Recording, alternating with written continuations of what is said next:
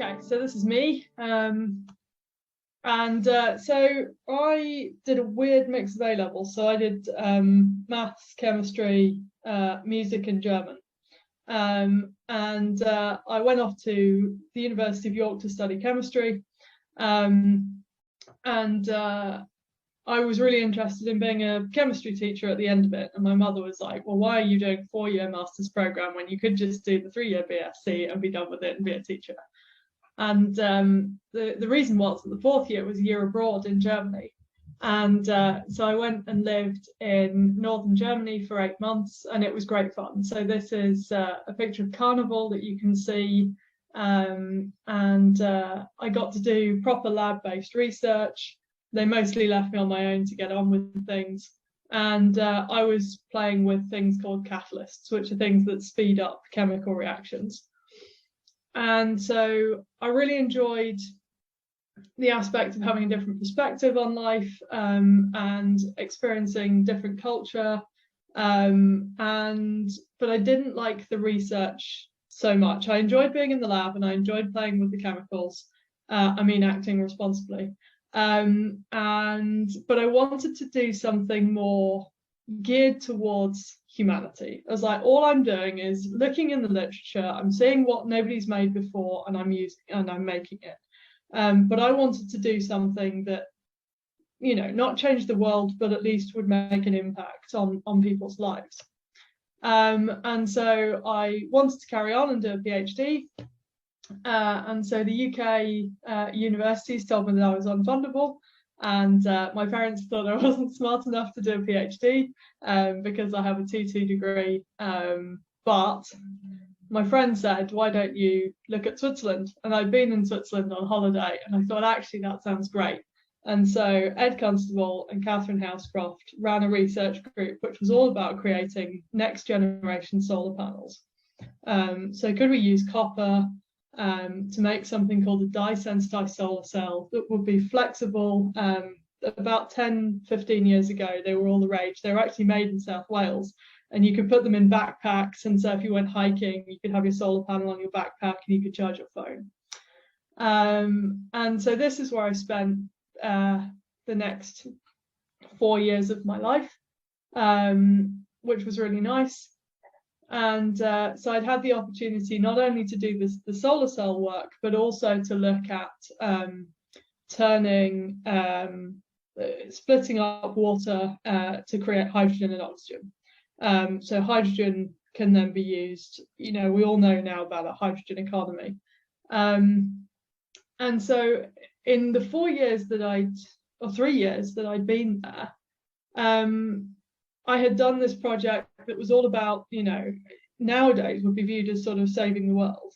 But during the time I was doing it, I was of the mindset that fossil fuels were running out. And so we needed something to replace fossil fuels. And that's what I was working on. I had no idea about climate change. So I got this PhD and I was like, well, what am I going to do next? My husband and I had always been interested in going to Australia. So we went to Australia for a month and went to Hong Kong as well. You can see quite a high carbon lifestyle I'm living at this moment. And then I was very fortunate to get rehired by Ed and Catherine for 6 months to postdoc to look more into how do we generate hydrogen for this hydrogen economy. And obviously I couldn't stay there forever. Lots of other jobs that I'd applied for and got rejected for, but then I landed on this fellowship, confusingly a Brit on a Swiss fellowship to go to America. So I got 18 months funded, and fun thing about the Swiss, so they give you the 18 months fellowship, they give you the entire 18 months worth of money and stick it straight in your Swiss bank account. That was, no British university would ever do that. So in the picture you can see the red building, partly hidden by the tree, was the building that I went and joined. And the goal of the research group was to make something called a dye-sensitized photoelectrosynthesis cell. Basically, a little piece of kit that would split water into oxygen and protons And on the other side of a membrane, so on the other side of a kind of barrier, you would then use those protons, those hydrogen atoms, to reduce carbon dioxide to something like methane. And the plan was that you would do it in one little pot. And at the moment, industrially, you want to do this in kind of multiple pots because you don't want the oxygen and the hydrogen to go bang. And if I look back now at the research papers that I was reading in order to find out more about this project that I was doing, you can see in a few of them that they are actually writing about climate change, and they're saying we have too much carbon dioxide in the atmosphere and we need to find alternative sources of fuel. And we need to, the work that we're doing with this carbon dioxide conversion stuff is really important because it means that we can take carbon dioxide out of the atmosphere and we can create a fuel with it that we can use instead of digging up fossil fuels. All of that passed me straight by, absolutely over my head. I was doing this project with no idea that the world was heading towards, ecological collapse. And so I finished my fellowship. My poor husband had followed me to Switzerland and America by this point. So I handed over, the reins to him and said, well, where do you want to live next? And I'd just come back from a very nice conference in Singapore. Again, you can see the high carbon lifestyle. I was like, Singapore was lovely, darling. Where should we go next? He goes, how about Swansea? I'm like, cracking. So we came to Swansea, and it was actually the first time that I'd ever moved countries without a job. And not only that, but I ended up pregnant to boot. And that kind of, that was a big life change. I was in a new country. I hadn't lived in the UK by this point for 7 years. I was in a new country. Pregnancy flipping sucks. I don't recommend it to anyone, apart from, propagation of the species, which is kind of important. So then I had a little boy, got rejected for a ton more jobs, and ended up as a chemistry tutor. So I tutored German, mathematics, and double science for students aged sort of 10 to 16-ish. And then I got a job at Swansea University, and that changed my life. Not in the fact that I had employment, but I was working on a project where the idea was that we would take carbon dioxide out of the atmosphere and we would turn that into fuels. So at the moment, we've got too much carbon dioxide in the atmosphere. We're up to 422 parts per million, and the safe number is 350. And we are causing our planet to warm up, and that is causing, we're losing glaciers, which is losing fresh water for people all around the world. And, it's like 50 degrees in India and Pakistan. We've had record long droughts in many parts of the world. We've got climate refugees. And when I joined Swansea University in 2017, I didn't know any of that. And so, as I said, my job was, can you take carbon dioxide and do something useful with it? That's probably the best way to explain 3 years of my life. And so the ultimate plan then was that we would partner with industrial companies around South Wales. So Tata Steel is responsible for 20% of Wales's carbon dioxide emissions. And you would put special sponges around the top of the stacks, and they would capture the carbon dioxide. And then once you've got all that carbon dioxide, you could then either bury it, you can put it back in the disused oil wells and the gas fields that are now depleted, or you could turn it into something like methane or ethane or ethanol that we need to burn either in gas boilers or, ethanol you can drink, but you can also burn it. And people now talk about jet fuel. So they're talking about sustainable aviation fuel. And that's basically converted carbon dioxide from the atmosphere. So I was like, okay, well, this is an interesting problem. Like, you know, let's fix climate change like this. And so I was doing talks about it, and I did a TEDx talk, and you know, it's quite an interesting program. But I got involved in doing outreach because, you know, I'm a female in engineering. Good Lord, like I'm gold dust. You have an obligation to help the younger people. Gets a bit worrying, but so we were putting together a stand for the Swansea Science Festival, which brings about 500 people in. Members of the public, school kids, you know, you name it, they come. It's a science festival. And as we were putting this together, we got people thinking about their carbon footprint. And so my colleagues had this idea that instead of talking about grams of carbon dioxide, they would get people to talk about balloons of carbon dioxide as a way to get people to picture their own carbon footprint. And so like a hamburger is 350 balloons of carbon dioxide, and then a can of Coke is 10 balloons of carbon dioxide. And then we got asked to turn that. I don't know if you've got Pint of Science in Bournemouth, but the idea is that you go for science talks in pubs, thus Pint and Science.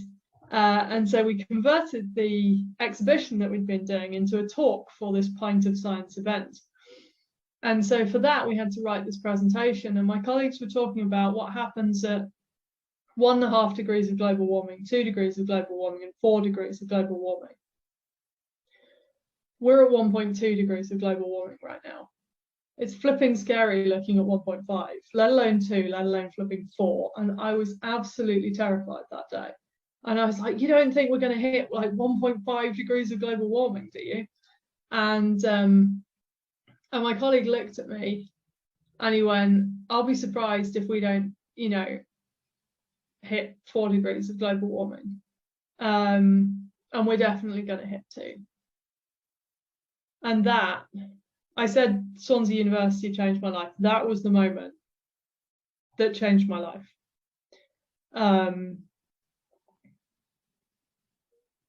And I mean, you know, that's really scary. I had a 2-year-old kid who was going to see this level of global warming in his time.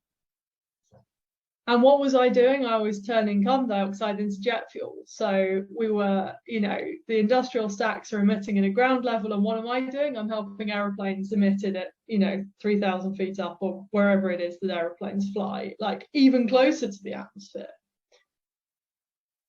And I could kind of look back over my life and see all these aeroplanes that I'd gone on and all these drives that I'd taken. And I mean, crikey, we used to drive around the States in like this 4.5 litre Ford beastie car thing. And I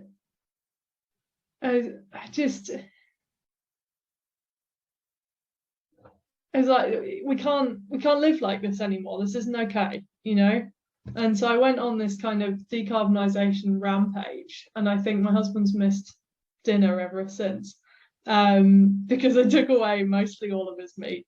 So I started by, like, you know, doubling the amount of vegetables in a stew, which kind of halves the quantity of meat, and then experimenting with, you know, different food, and a lot of gardening, grew a lot of our own food, started cycling a lot more, gave up flying, convinced my poor husband to give up flying, and it wasn't enough at all. I've talked for a long time on the side. I'll go to Antonio Guterres in a minute. Yeah, it wasn't enough. And so I might skip Antonio, actually. Basically, every day I'm faced. This is the UN Secretary General, and he is saying that climate change is an existential threat. And every day he's faced with challenges of, you know, like how to look after humankind, but there is no challenge as big as climate change. And I think I've said the sort of stuff that's in the video anyway, so I'm going to skip that too. And so in 2018, my brother, who was doing environmental science up at Lancaster University, sent me this link to an Extinction Rebellion website. And this was in the infancy of Extinction Rebellion. You know, this was before its first bridge blocking or anything. And he sent me this, and I remember looking at it at work, and I was like, oh my God, if I look at this website, I'm going to end up on some government website, and they're going to know who I am, and then I'm going to be on this watch list, and if I ever get on a plane or anything again, I was like, I can't do this, I can't do this, I can't do this. And I started looking at, you know, what they were asking for, like, you know, net zero by 2025. And we talked about it at work, and some of my colleagues were like, I just can't take them seriously because there's no way that we're going to be net zero by 2025. It's just, you know, we can't do it. It's not possible. It just sort of grabbed me, and I was like, I'm really, really scared. And I said to my brother, if you and I can go together, then I'll go to a protest. And so Extinction Rebellion had their big kickoff meeting, and I wasn't there for that. But the following week, at the weekend, they said, we're going to block 5 bridges in London. Now, they had no idea how many people were going to turn up. They had no idea how many people had made promises. I think they'd organised some buses. And my brother and I turned up on the train, and the only information that we had was, go to the bridge, there will be a signal. You know, welcome to the start of XR. And so my brother and I were walking across this bridge a couple of times, and these coppers were there, and police officers were there, and they stopped us. They were like, well, why are you on the bridge? They obviously knew something was going to happen. Like, my brother and I, we live in different places, and we've come to London to see the sights and, you know, like, hang out. I don't think I've ever been so scared, and I gave birth in quite a nasty situation. And suddenly, all of a sudden, there was a guy with a white sash sat in the road. And I was like, oh my God, this is it. Like, I'm about to break the law. And I've been very, you know, quite law-abiding and very straight-laced growing up. And I hopped the barrier, and my brother and I sat in the road. And that was that. You know, it's like there was traffic, and then the traffic stopped, and then suddenly the road was covered in people. And that weekend they held 5 bridges. They only were arresting people on Lambeth, and then the police officers were like, there are too many people to arrest. We don't even have enough cars to arrest everybody. And I think the thing that was really nice about the protest was everybody was there for the same reason. Nobody was checking your carbon footprint. It was just, we're all here, we're all protesting. There was camaraderie. They played Waterloo by ABBA because we were on Waterloo Bridge. And then the police officers started coming over and saying, okay, we are going to start arresting people. So if you don't want to get arrested, leave the bridge. And at that point, I really did freak out and I left. And that was me on my first protest. And after that, I kind of got the bug. But also, if you look at the sort of things that we needed to start doing, so we need, and this was supposed to start 2 years ago, so a moratorium on all new fossil fuel development. We need a frequent flyer levy, no airport expansion, no road expansion, moving to car-free cities and towns. We need to make sure that all houses and buildings are a passive house. So this means basically you don't even need heating inside them to keep them warm. We need a carbon tax. We need subsidies for e-bikes. We need fossil fuel advertising to end. How much of that have we actually seen? And I just kept looking around me and thinking, well, you know, how are we going to change the world if we don't get out and protest? And it seemed a lot less scary than the Greenpeace kind of like jumping on oil trawlers and that sort of thing. And what I really like about going on protests is well, one, I thought this really summed it up. Like, I've got, my son's 6 now, but I never ever want him to say to me, "You knew about climate change, you know, what did you do?" And for me to have no answer. The caption on the bottom here is, "Daddy, what did you do in the rebellion?" But then also the signs and the artwork, like, "It's getting hot in here, so block off all your roads." And you know, there's always free food. But there's a new way of communicating. And I think this is the really important thing. This is, for me, one of the biggest pieces of inspiration that I've had from Extinction Rebellion. Scientists have put out these reports about global warming, put out these reports about global warming, put out these reports about global warming. And all that's happened is our carbon dioxide concentration level has increased and increased and increased and increased. We need to find a new way of talking about climate change. And it's, you know, there's books coming out, and then there's this sort of way of, you know, people are reimagining how we communicate. And I really love these signs, like think, don't sink, don't stink. Sorry, think, don't sink. Probably not a good idea to stink either. 1 degrees and rising. I mean, the commitment of people, you know, people sleep on roads to be part of these protests. And in amongst all of it, we've got, you know, the scientists for Extinction Rebellion. There is a place for science in protests. And we had a big tent. This was after we were about to get evicted from Trafalgar Square. This is 2019. And we had this big tent, and people were coming because they wanted to know the actual climate science. And you can't see it, but the street behind here is just coated in riot vans and riot officers. We were kind of surrounded. And also, we've had the school strikes, and I think the school strikes have been a really nice, again, another interdisciplinary space. So this is the school strikes back in 2019. So here you've got Swansea Uni Geography with Anna. Beck was in another department. Here you've got psychology, engineering, chemistry represented. So a lot of the academics came out on the school strikes.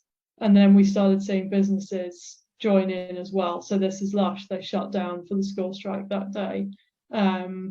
This is one where the school strikes went and occupied Swansea Council chambers. And again, we've got Guterres advocating. This is a recent tweet on pictures of stuff that happened a few years ago, but young people are leading the way in the fight against climate change and are standing up for racial justice and gender equality. Keep pushing, keep mobilizing. Keep bringing your ideas to the table. We have no time to lose. Like, there's a mandate right from the top to do this sort of thing. And so what has all this protesting achieved? So the first thing that XR wanted back then was to tell the truth and declare a climate emergency. And so the UK Parliament, along with tens of countries around the world, and hundreds of local councils and universities, declared a climate emergency in 2019. How many have followed through? You know, hacks me off. Act now and become net zero by 2025. So quite a lot of the community councils around Swansea have said that they're aiming for net zero by 2025. Hundreds of UK councils have promised net zero by 2030. And then the UK government has committed to net zero by 2050, and the Welsh Senedd is aiming for net zero before 2050, and they've published a roadmap to achieve that. And the third demand was, beyond politics, create a citizens' assembly. And the first citizens' assembly met in 2020 in Birmingham and put recommendations into the government. And they took 100 people representing demographics from all over the UK. And they showed that if you educate people about climate change properly and give them the facts and leave them to draw their own conclusions, even the skeptics will argue for decarbonisation. And none of this would have happened without the climate strikes. So both from Extinction Rebellion and numerous worldwide school strikes. And we're seeing strong calls being made for the end of investment in fossil fuels and the end of the use of fossil fuels. We also had Professor Miles Allen come and visit us. So he is an Oxford professor and he coordinates the IPCC report that goes in. And he said, this was back in 2019 as well, but he said, I'm off to a meeting with Bayes now to talk about decarbonisation of the UK, and I don't think that would have been possible without the work of Extinction Rebellion and the school strikes. And then you've got the former chief scientific advisor to the government saying we need climate protesters. And what I found was really interesting was, when the news articles were run, they wanted scientists to come to give like a soundbite that they could put in their clip or in their article. So that's two examples. It's really hard to get arrested as a scientist at a protest because you put your white coat on, and some of the scientists for X are saying they were sat on police's feet because the visual of arresting a scientist is really bad. And it's that kind of, I think you need everybody together. But I think as scientists, we've got a responsibility to be in that space and lend, the credence to it that, people aren't just protesting over nothing. It's an existential threat. And then my last slide, hopefully the sound will come through on this, but this is my son a few years ago, and it was kind of the note I wanted to end on. Come here.